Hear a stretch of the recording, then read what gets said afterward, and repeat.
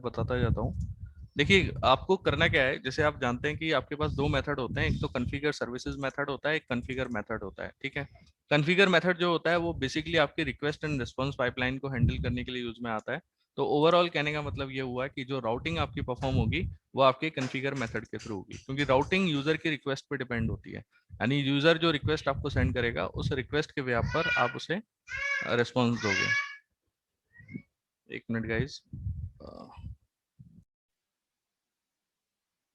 Okay, तो यहाँ जो हम रूट्स वगैरह डिफाइन करते हैं उसके लिए आपको दो चीजें सबसे पहले जो है वो है यूज राउटिंग को आपको इनेबल करना पड़ेगा। तो ये आप एक मिडिलवेयर को कॉन्फ़िगर कर रहे हैं, ठीक है ना। ये जो ऊपर वाली लाइन है बेसिकली आपके जो एनवायरनमेंट होते हैं ये आप देखें, यहाँ ये जो ऑब्जेक्ट बना हुआ है इसका आई वेब उसने एनवायरनमेंट, बेसिकली ये भी डीआई का ही पार्ट है, ठीक है ना। तो यहाँ एक डिपेंडेंसी आपने इंक्लूड कर ली, तो इसके अंदर जो तीनों एनवायरनमेंट होते हैं, स्टैकिंग एनवायरनमेंट और आपका प्रोडक्शन एनवायरनमेंट, उसके लिए आप सेपरेटली यहाँ कोड कर सकते हैं। ठीक है, तो अभी हम लोग एक्सेप्शन हैंडलिंग कर नहीं रहे, बट यहाँ आप देखें तो आपने एक मिडिलवेयर को इंक्लूड किया हुआ है, use developer exception page. Basically ये जो एक्सेप्शन पेजेस होते हैं उनको जनरेट करके देगा, जिससे आपको एरर ट्रैक करने में आसानी रहे। ठीक है, अब यहाँ आप दो चीजें देखें, एक तो है यूज राउटिंग और एक है आपका यूज एंड पॉइंट्स। अब बेसिकली एंड पॉइंट्स का मतलब क्या है कि आप किसी भी रिक्वेस्ट को अगर सेंड करते हैं, ये बाय डिफॉल्ट कोड आपका जनरेट होकर आता है, तो अगर कोई भी रिक्वेस्ट आप सेंड करेंगे तो उसमें आपका ये हेलो वर्ड ही प्रिंट होगा। ठीक है, तो एंड पॉइंट्स क्या हुए, एंड पॉइंट्स का मतलब सिंपल सा होता है, यूजर की जो रिक्वेस्ट होती है और उस रिक्वेस्ट के व्याप पर जो आपको रिस्पॉन्स जनरेट होकर मिलना होता है वो आपका एंड पॉइंट कहलाता है। ठीक है, तो आप कर क्या रहे हो, यहाँ एक रिस्पॉन्स सेंड कर रहे हो, तो अगर आप इस कोड को रन कराएंगे तो आप कोई भी यूआरएल लिखें आपको यहाँ हेलो वर्ड ही प्रिंट होगा। तो ये हमें कराना नहीं है, ठीक है ना। तो इसे तो मैं एक बार कमेंट कर दूंगा, इसकी मुझे ऐसा कोई जरूरत नहीं है, ठीक है ना। मुझे रूट्स अपने सेपरेटली डिफाइन करने हैं। अब सेपरेट रूट डिफाइन करने के लिए आपको किन किन चीजों की जरूरत होती है वो हम वन बाई वन देखेंगे, ठीक है ना। तो इस लाइन को यानी कि एंड पॉइंट्स को तो आपको कमेंट करना ही करना है, लेकिन एक बार मैं इसे रन करा के बताऊंगा आपको। वो कैपेबिलिटी होती है आपकी, मैं आपको इसी के अंदर बताऊंगा किस तरीके से करेंगे, बट इसे मैं एक बार को स्किप कर देता हूं क्योंकि इसका अभी हमें ऐसा कोई जरूरत नहीं है। तो आप ये जो स्टेटमेंट है यानी कि जो एंड पॉइंट्स के अंदर है, अब ये आप लेमडा एक्सप्रेशन देख रहे हैं, ठीक है ना। इस लेमडा एक्सप्रेशन का मीनिंग क्या होता है, लेमडा हम यूज में क्यों लेते हैं, बेसिकली लेमडा का पर्पज होता है, जैसे कोई क्लास होती है, उस क्लास के अंदर कुछ आपके मेथड्स होते हैं, ठीक है, उन मेथड्स को आपको कॉल करना है, तो ये एक शॉर्टकट वे है। अब शॉर्टकट वे क्या है ये मैं आपको बताता हूँ। देखिए एंड पॉइंट्स के नाम से एक प्री डिफाइंड क्लास है और उस एंड पॉइंट्स को एक्सेस करने के लिए ये इसका एक ऑब्जेक्ट है। तो अब आप क्या करोगे यहाँ से इस ऑब्जेक्ट में, यानी कि आपको एज ए ये ऑब्जेक्ट जो है, ये ऑब्जेक्ट इस क्लास के मेथड्स को यानी कि एंड पॉइंट्स के यूज एंड पॉइंट्स के जो भी मेथड्स होते हैं उनको ये डायरेक्टली यूज में ले सकता है। तो आपको कहने का मतलब ये हुआ कि जो भी आपको रूट्स डिफाइन करने हैं आपको एंड पॉइंट्स ऑब्जेक्ट का यूज करके ही करने पड़ेंगे, ठीक है ना। अब जैसे एक एग्जांपल मैं आपको यहाँ बताता हूँ। सबसे पहले हम एक डिफॉल्ट रूट को डिफाइन करते हैं। अब ये डिफॉल्ट रूट क्या बताएगा, इसके लिए एक मेथड होता है आपका जिसमें आप ये रूट डिफाइन कर सकते हैं, that is map controller route. ये आपका प्री डिफाइंड मेथड है। इसमें आप ये चीज डिफाइन कर रहे हो कि जो रूट का नेम है दैट इज द की, जो हमेशा आपकी सेपरेट होनी चाहिए, अलग अलग होनी चाहिए, सेम की कभी यूज में नहीं ले सकते। Second thing is the pattern. अब ये पैटर्न क्या बता रहा है, पैटर्न बता रहा है कि सबसे पहले कंट्रोलर का नेम आएगा, फिर फॉरवर्ड स्लैश आएगा, देन एक्शन आएगा, फिर उसके बाद स्लैश आईडी आएगा। आईडी जो है यहाँ पर ये ऑप्शनल है क्योंकि आपने यहाँ क्वेश्चन मार्क लगाया हुआ है, ठीक है। तो कंट्रोलर एक्शन देन आईडी, तो अगर आप इसे एग्जीक्यूट करेंगे यानी कि आपका जो बाय डिफॉल्ट कंट्रोलर कॉल होगा, ये आपने डिफॉल्ट सेटिंग भी कर दी, डिफॉल्ट कंट्रोलर होम होगा और इंडेक्स इसका एक्शन होगा, ठीक है। अब ये आपने व्यू वगैरह कोई एसोसिएट नहीं करा हुआ, यानी कि कंट्रोलर अगर आप देखें तो होम कंट्रोलर तो बनाया हुआ है लेकिन इसके साथ कोई व्यू एसोसिएटेड नहीं है। तो बेसिकली ये जो रेजर व्यू इंजन होता है, बेसिकली यहाँ दो जगह पर देखता है इस व्यू को, या तो वो देखता है लेआउट के अंदर, सॉरी शेयर्ड के अंदर, या फिर वो देखता है उसके रेस्पेक्टिव फोल्डर के अंदर। तो आप अगर यहाँ देखें, जैसे आपने एक एक्शन बनाया हुआ है, इसके साथ आपको व्यू एसोसिएट करना है। मैंने आपको बताया था कल के लेक्चर के अंदर कि जो राउटिंग डॉट नेट कोर में परफॉर्म होती है वो आपकी लॉजिकल होती है। तो लॉजिकल का मतलब ये हुआ कि if you are writing home as a controller then index is as a action, और उसके बाद जो इसका व्यू कॉल होगा वो व्यू आप यहाँ से ऐड कर सकते हैं। तो ऐड व्यू किया आपने इसी फंक्शन के अंदर जाके, ये जो व्यूज होंगे आपके व्यूज फोल्डर के अंदर आएंगे। आपने यहाँ से एम्प्टी ले लिया मानो, अभी एज सच मुझे यहाँ कुछ जरूरत नहीं है इसकी।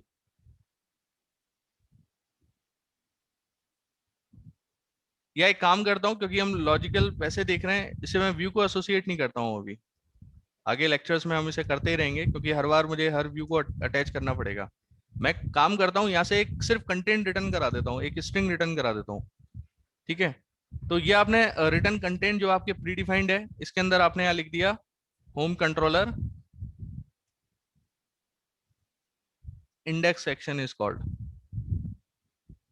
ये आइडेंटिफाई करने के लिए। ठीक है ना, ये आपने प्रिंट करा दिया। तो written content home controller index section is called, यानी कि एक सिंपल स्ट्रिंग है जिसे आप कंटेंट के थ्रू आप यहाँ से रिटर्न करा सकते हैं। इवन जावास्क्रिप्ट वगैरह का भी जो कोड होता है ना, वो इस कंटेंट के थ्रू इंप्लीमेंट होता है। यानी कि आपको सर्वर से क्या रेस्पॉन्स एंड यूजर को भेजना है, अगर स्क्रिप्ट भेजनी है तो आप यहाँ स्क्रिप्ट टैग लगा के भेजते हो। इस पर मैंने एक वीडियो भी बनाया हुआ है यूट्यूब पे, आप जाके देख लीजिएगा कि किस तरीके से हम डॉट नेट कोर के अंदर जावास्क्रिप्ट को इंप्लीमेंट कर सकते हैं, तो वहां उसका समझ में आ जाएगा आपके। तो ये देखें, बाय डिफॉल्ट इसने क्या करा, होम कंट्रोलर और इंडेक्स सेक्शन को ही कॉल किया। तो अगर मैं यहाँ वैसे भी मैनुअली भी जाके लिख देता हूँ, यानी कि होम और इंडेक्स, तो उस कंडीशन में भी मुझे सेम कंट्रोलर और एक्शन ही मिलेगा। ठीक है, दूसरा एक तरीका होता है, अगर आपको कंस्ट्रेंट्स लगाने हो तो कंस्ट्रेंट कैसे लगा सकते हैं वो मैं आपको बताने जा रहा हूँ।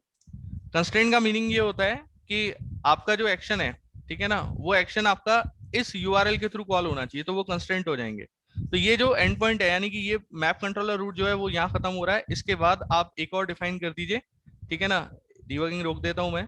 और एक चीज का आप ध्यान रखिएगा, डिफॉल्ट रूट सबसे टॉप पे आना चाहिए, उसके बाद आपके अदर रूट्स आने चाहिए। और इसमें भी एक चीज आपको ये ध्यान रखनी है कि जो नेम होता है वो हमेशा आपका अलग अलग होना चाहिए, डुप्लीकेट नहीं हो सकता। ठीक है, तो यहाँ मैं क्या कर रहा हूँ कि मैं चाहता हूँ कि यूआरएल में अगर पैटर्न ये आता है रूट कंस्ट्रेंट देन कंट्रोलर कुछ भी लिखे, वो मैं स्टूडेंट लिखूंगा, इंडेक्स 2 और आईडी इंटीजर, तो उस कंडीशन में मुझे स्टूडेंट और इंडेक्स 2 और आईडी इसको कॉल करना है। तो एक कंट्रोलर बना लेता हूं मैं। पहले आप स्टूडेंट के नाम से एक कंट्रोलर बनाएंगे।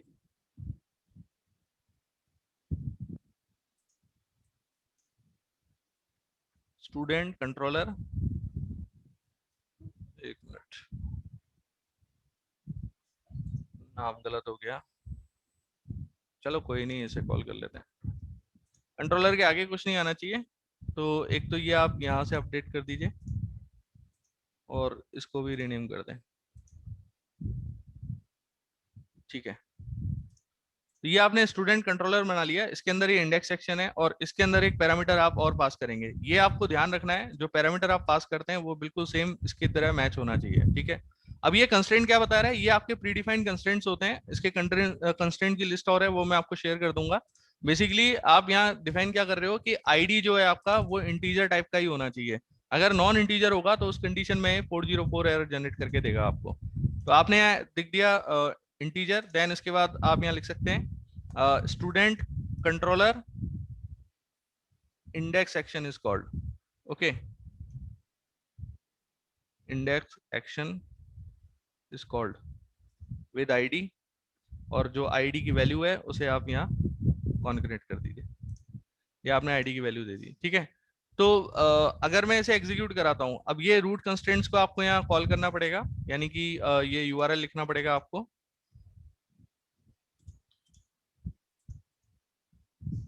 अभी होम कंट्रोलर और इंडेक्स सेक्शन कॉल हुआ, देन रूट कंस्ट्रेंट लिखा आपने, फिर स्टूडेंट स्लैश इंडेक्स स्लैश 23। जब आप इसे पास करेंगे इंडेक्स सेक्शन को विद आईडी 23। ओके, मैंने क्या व्यू लिख दिया क्या स्टूडेंट कंट्रोलर में? Okay, must be content.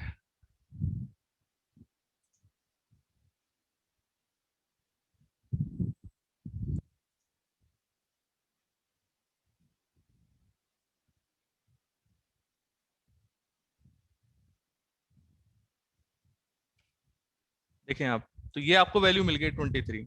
ठीक है, अगर मैं यहाँ कोई भी नॉन न्यूमेरिक वैल्यू पास करता हूँ तो ये मुझे 404 एरर जनरेट करके देगा। वो क्यों देगा? क्योंकि आपने एक कंस्टेंट लगाया हुआ है कि जो आपका रूट आएगा उस रूट के अंदर आईडी के अंदर आपको इंटीजर वैल्यू ही पास करनी है।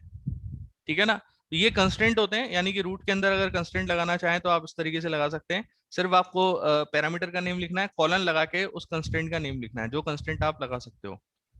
ठीक है, तो इसकी कंस्ट्रेंट की लिस्ट मैं आपको दूंगा, जिस लिस्ट पे जाके आप ये सब चीजें कर सकते हैं। इसके बाद देखिए एक तरीका और है जो यहाँ पर आपका डिफॉल्ट पैरामीटर के लिए यूज में आएगा।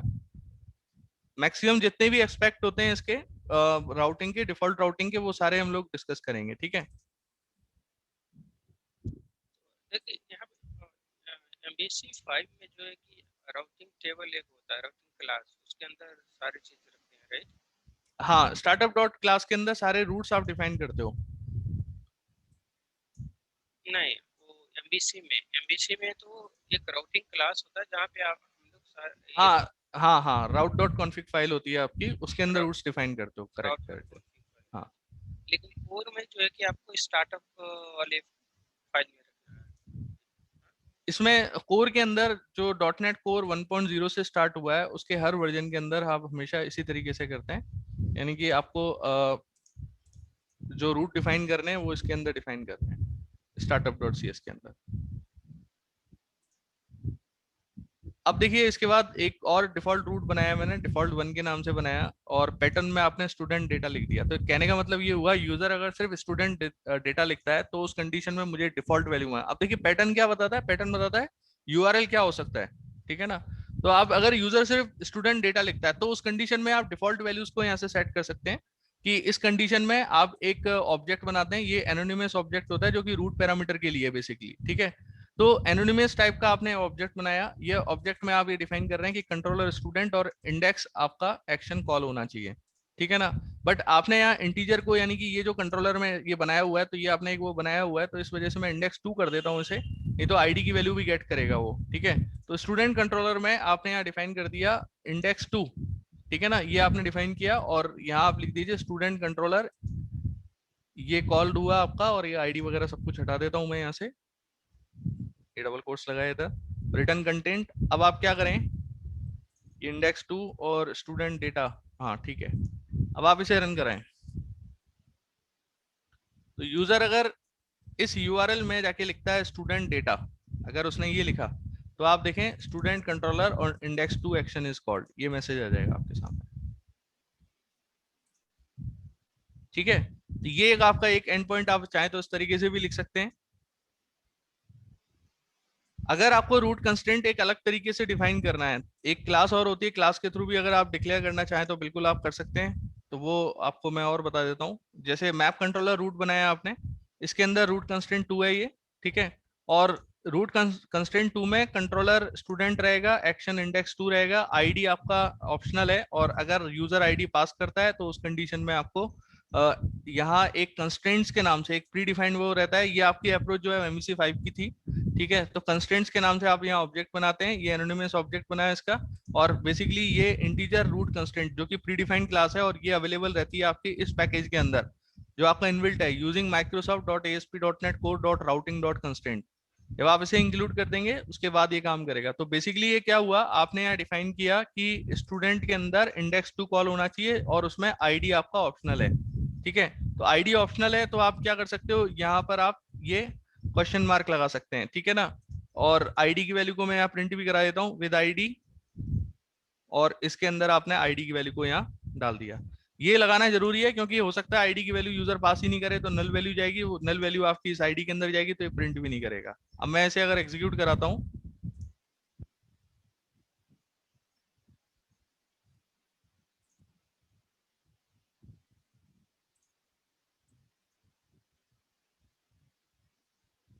ये आपने लिखा स्टूडेंट स्लैश इंडेक्स 2।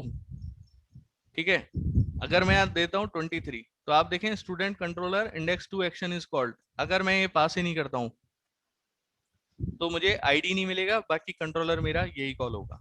ठीक है ना, अगर कोई इस टाइप की वैल्यू भेजता हूँ तो ये मुझे एरर दे रहा है। अब ये एरर क्यों दे रहा है, 404 एरर, क्योंकि इंटीजर के अंदर आप कोई भी इस टाइप की वैल्यू पास नहीं कर सकते। तो ये ऑटोमेटिक कंस्टेंट लग गया क्योंकि आपने यहाँ सेट किया हुआ है इंटीजर रूट कंस्टेंट।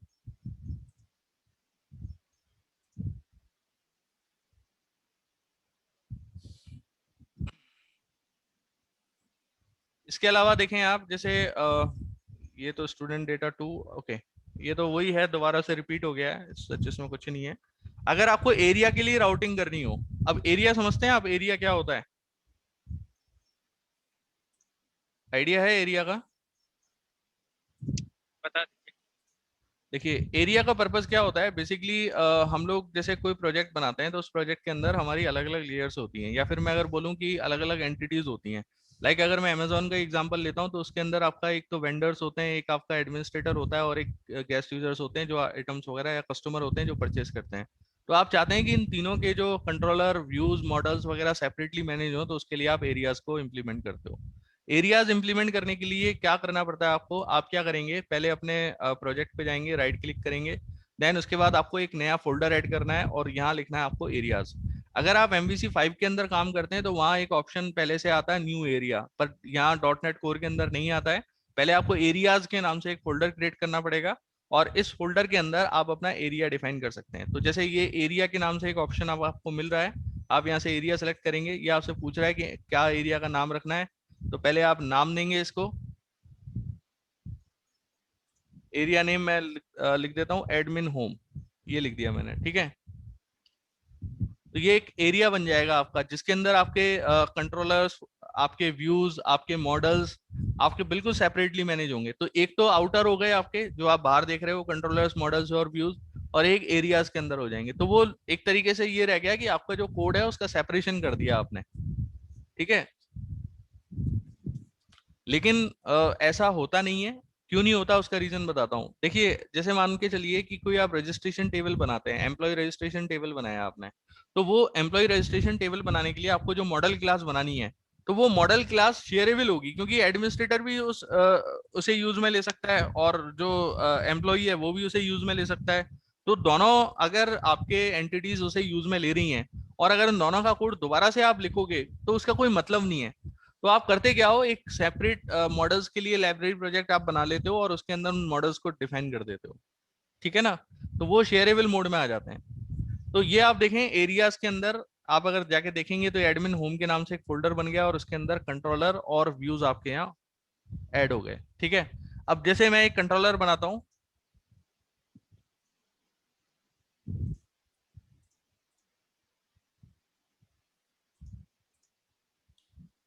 इसमें आपने दे दिया एडमिन पैनल, ये आपका कंट्रोलर हो गया। और इस कंट्रोलर के अंदर आप यहाँ लिख दीजिए, कंटेंट में आपने लिख दिया admin home, area and admin panel, controller, index section is called.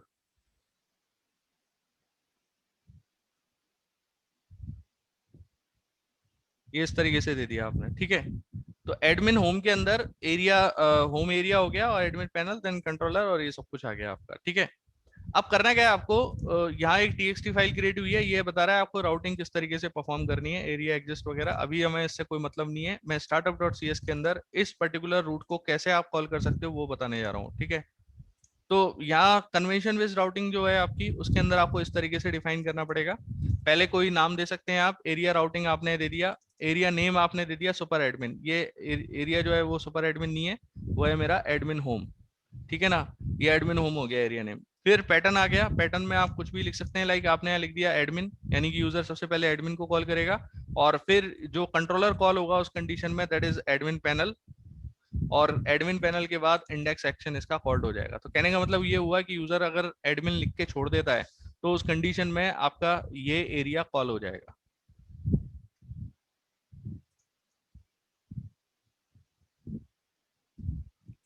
तो अगर मैं यहाँ लिख देता हूँ एडमिन, तो आप देखें सिर्फ एडमिन आपने लिखा, बाकी आपका ये कॉल हो गया admin home area admin panel controller index section is called, ठीक है। तो आपको करना क्या है, अगर आप एरिया के लिए राउटिंग परफॉर्म करना चाह रहे हैं तो पहले तो जो नेम वगैरह देते हैं तो वो तो आएगा ही, लेकिन आपको एक एट्रीब्यूट और इंक्लूड करना पड़ेगा, दैट इज एरिया नेम। और फिर उसके बाद आपको पैटर्न डिफाइन करना है, ठीक है। तो जो भी एरिया नेम आपने बनाया उस एरिया नेम का नेम आप यहाँ डाल देंगे, जो मैंने यहाँ एडमिन होम बनाया था तो वो मैंने यहाँ डाल दिया। फिर पैटर्न आप कुछ भी डिफाइन कर सकते हैं, जरूरी नहीं एडमिन ही लिखें, इट्स योर चॉइस। फिर उसके बाद कंट्रोलर और एक्शन आपने डिफाइन कर दिया। अगर आप ये डिफॉल्ट वैल्यू सेट नहीं करते हो ना, तो आपको फिर मैन्युअली पूरा लिखना पड़ता है। यानी कि अगर मैं यहाँ से इसे स्किप कर देता हूँ, ठीक है, अगर मैं इसे स्किप कर देता हूँ, फिर उसे अगर मैं दोबारा एग्जीक्यूट कराता हूँ, तो फिर मुझे पूरा URL लिखना पड़ेगा। यानी कि पहले मैं लिखूंगा /admin, वो उसकी डिफॉल्ट वैल्यूज थी जो आपने अभी पहले सेट करी हुई थी। तो सबसे पहले आप लिखेंगे एडमिन, फिर आप लिखेंगे admin home, sorry admin panel, controller का नेम, देन उसके बाद इंडेक्स एक्शन। तो जब आप इसे कॉल करेंगे देन आपको ये मिलेगा। अब ऐसा नहीं है कि आपने सिर्फ ये वैल्यूज डिफाइन करी और आपका एडमिन कॉल हो गया, अब ऐसा नहीं होगा, आपको कंप्लीट यूआरएल लिखना पड़ेगा। और अगर आपने यहाँ डिफॉल्ट वैल्यूज को सेट कर दिया तो उस कंडीशन में आपको लिखने की जरूरत नहीं है। अगर आप इस तरीके से सेट कर देते हैं तो आपको पूरा लिखने की जरूरत नहीं है। ये आपका ये रहता है। अब इसके बाद जो इंपॉर्टेंट चीज आती है कि मान के चलिए यूजर ऐसा कोई यूआरएल लिखता है जो आपका अवेलेबल ही नहीं है, ठीक है ना, जो है ही नहीं है आपके यहाँ। तो फिर उसके लिए आपको क्या करना पड़ेगा? देखिए यहाँ पर क्या रहता है डॉट नेट कोर में, जो आपके स्टैटिक कंटेंट्स होते हैं, जो भी आपके स्टैटिक कंटेंट्स होते हैं वो एक पर्टिकुलर फोल्डर के अंदर आते हैं, जिस फोल्डर का नेम होता है www रूट। अब आप यहाँ देखिएगा, मैं फोल्डर का आइकन यहाँ से बिल्कुल अपडेट हो जाएगा क्योंकि ये इसके अंदर डिफॉल्ट सेटिंग में रहता है। तो आप जब लिखते हैं www रूट तो ये देखें आइकन चेंज हो जाएगा इसका, ये देखिए। तो बेसिकली स्टैटिक कंटेंट जो होते हैं आपके वो इस एडमिन रूट के अंदर आते हैं। और स्टैटिक कंटेंट्स का मतलब क्या है? आपकी जेएस फाइल हो गई, आपकी बूटस्ट्रैप की फाइल हो गई, जेक्वेरी की फाइल हो गई, ठीक है, आपके सीएसएस की फाइल हो गई, आपकी एचटीएमएल फाइल हो गई, वो सारी की सारी चीजें आपकी इसके अंदर आती हैं। तो आपको करना क्या है, जैसे मैं चाहता हूं कि अगर कोई भी यूआरएल गलत यूआरएल लिखता है तो मैं उसे एक स्टैटिक पेज के ऊपर रिडायरेक्ट कर दूं। तो आप न्यू आइटम जैसे यहाँ सेलेक्ट करेंगे और एक एचटीएमएल टेम्पलेट को सेलेक्ट कर लीजिए, और इसके अंदर जस्ट लाइक मैं यहाँ देता हूँ index dot H T M L, ठीक है, ये index dot H T M L दे दीजिए आप। मैं यहाँ लिख देता हूँ H1 के अंदर that is index one dot H T M L. अब आप यहाँ कोई भी पेज दे सकते हैं, ये आपकी चॉइस है। आपको करना क्या है, अगर किसी भी रूट से मैच नहीं होता है तो उस कंडीशन में मुझे यहाँ रिडायरेक्ट करना है, बट इससे पहले आपको एक मिडिल वेयर को और इंक्लूड करना पड़ेगा, क्योंकि ये स्टैटिक कंटेंट्स होते हैं। स्टैटिक कंटेंट्स को यूज में लेने के लिए आपको यहाँ यूज में लेना पड़ता है यूज स्टैटिक फाइल्स, ठीक है। जब तक आप इस मिडिल वेयर को कॉन्फ़िगर नहीं करेंगे जब तक आप index dot H T M L के कोड को एक्सेस नहीं कर सकते। तो आपको पहले तो ये इंक्लूड करना ही करना है, ठीक है। अगर मैं इसे एग्जीक्यूट कराता हूँ, पहले मैं इसे एक बार एग्जीक्यूट करा के बता देता हूँ आपको। अगर मैंने यहाँ लिखा और उसके बाद देखें यूआरएल में जो www रूट लिखने की सच आपको जरूरत नहीं है, आप यहाँ डायरेक्टली लिखते हैं index dot H T M L. तो ये देखें index one dot H T M L call हो गया ना, ठीक है ना। और अगर मैं इस स्टेटमेंट को कमेंट कर देता हूँ, अगर मैंने यहाँ कमेंट कर दिया और देन अगर मैं इसे एग्जीक्यूट कराऊंगा, तो आप देखेंगे अब आप इसकी फाइल को यानी index dot H T M L को एक्सेस नहीं कर सकते। यानी कि अगर मैं यहाँ लिखता हूँ index dot H T M L तो ये मुझे 404 एरर देगा। तो कहने का मतलब ये हुआ कि यूज स्टैटिक फाइल्स, ये आपका एक मिडिल वेयर है, ये आपको कॉन्फ़िगर करना पड़ेगा। जब भी आपको www रूट के कोई भी फाइल फोल्डर को यूज में लेना है तो आप इसको यूज में लेंगे, ठीक है ना। इसमें हमें बहुत पूरी एक क्लास रहेगी जिसमें स्टैटिक फाइल से रिलेटेड बहुत सारी चीजें होती हैं। किसी अदर रूट से कॉल करना है, नाम ये नहीं लेना मुझे, ठीक है ना। फोल्डर डिफॉल्ट मुझे पेज बनाना है तो वो कैसे बनाते हैं, लेकिन हम उस पर आएंगे। लेकिन अभी के लिए आप ये देख सकते हैं क्योंकि हम राउटिंग को परफॉर्म कर रहे हैं, तो इसमें अगर किसी भी रूट से मैच नहीं होता है तो आपको एक यहाँ एक फैसिलिटी और मिलती है, ठीक है ना। वो फैसिलिटी क्या है कि आप एक रूट को मतलब इस तरीके से डिफाइन कर सकते हो कि अगर ये किसी से मैच नहीं होगा तो फिर ये कहाँ जाएगा, index dot H T M L पे। तो उसके लिए आपके पास एक मेथड होता है map fall back to file, ठीक है। तो अगर कोई भी यूआरएल अगर मैच नहीं होगा तो ये ऑटोमेटिकली इस index dot H T M L पे चला जाएगा। और ये सबसे लास्ट में लिखना है आपको, ये ध्यान रखिएगा, नहीं तो ये सबसे पहले वहीं जाएगा, ठीक है। अब आप देखें मैं यहाँ पर इस तरीके से लिख देता हूँ तो आप ये देखें index one dot H T M L call हो गया, ठीक है। तो यानी कि कोई भी आप यूआरएल लिखते हैं किसी भी तरीके से लिखते हैं, नहीं होगा कॉल तो उस कंडीशन में ये index one dot H T M L पे चला जाएगा, ठीक है। और अगर ये आप नहीं, मैं इसमें नहीं चाहता, स्टैटिक कंटेंट्स में नहीं चाहता, तो फिर मैं क्या कर सकता हूँ, इसे कंट्रोलर लेवल पे भी डिफाइन कर सकता हूँ। यानी कि एक ऐसा मैं एक्शन बना दूं, जैसे ये एक्शन है और यहाँ एक एक्शन और बना दिया मैंने, ठीक है ना। Not found, not found keyword होता है तो नॉट फाउंड वन कर देता हूं मैं। तो यूआरएल नॉट फाउंड ये मैसेज आपने दे दिया, ठीक है ना। तो आप क्या कर सकते हैं, अपने स्टार्टअप डॉट सी एस के अंदर जाएंगे, यहाँ जाके आपको ये जो स्टेटमेंट है इसको यहाँ लिखना पड़ेगा, ऊपर वाले को कमेंट कर दीजिए, नहीं तो एक ही काम करेगा एट ए टाइम।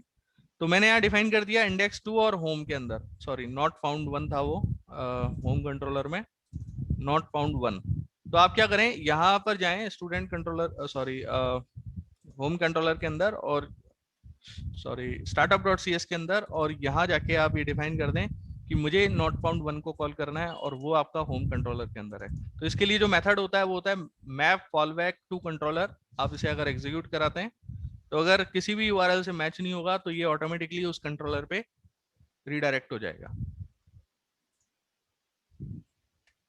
ये देखें यूआरएल नॉट फाउंड, ये मैसेज आ गया। तो ये मैसेज आपने उसी के अंदर दिया हुआ था, तो डायरेक्टली आपका ये यहाँ कॉल हो गया। इसके अलावा अगर आप एंड पॉइंट पे चाहते हैं कि ये एंड पॉइंट के इसको कॉल करे तो वो भी आप कर सकते हैं कि सॉरी एरिया पे जाके करें, तो उसके लिए आप इस तरीके से डिफाइन कर सकते हैं map fallback to area controller.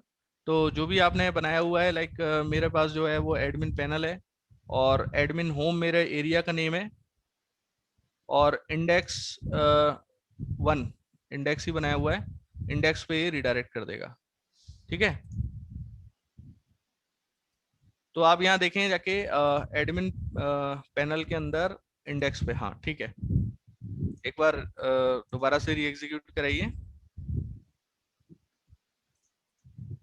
तो अब ये एरिया पे मैप हो जाएगा आपका, यानी कि अगर मैं यहाँ देता हूँ तो उस कंडीशन में देखें admin home area admin panel controller index action is called.